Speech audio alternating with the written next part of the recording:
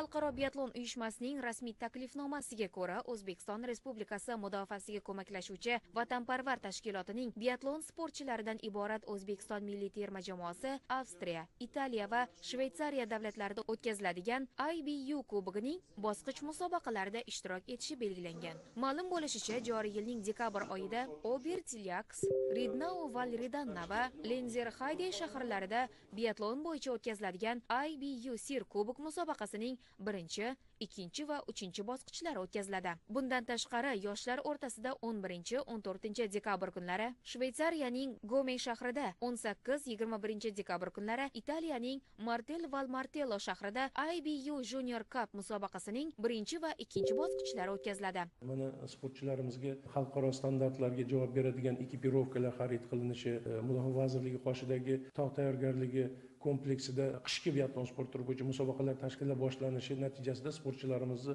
natijalari ancha ko'tarila boshladi. Ushbu sport turlari bilan shug'ullanib kelayotgan tashkilot sportchilari doimiy ravishda nafaqat O'zbekiston, balki mustaqil davlatlar hamdo'stligi, Osiyo va jahon musobaqalarida ham yuqori o'rinlarni qo'lga kiritib kelmoqda.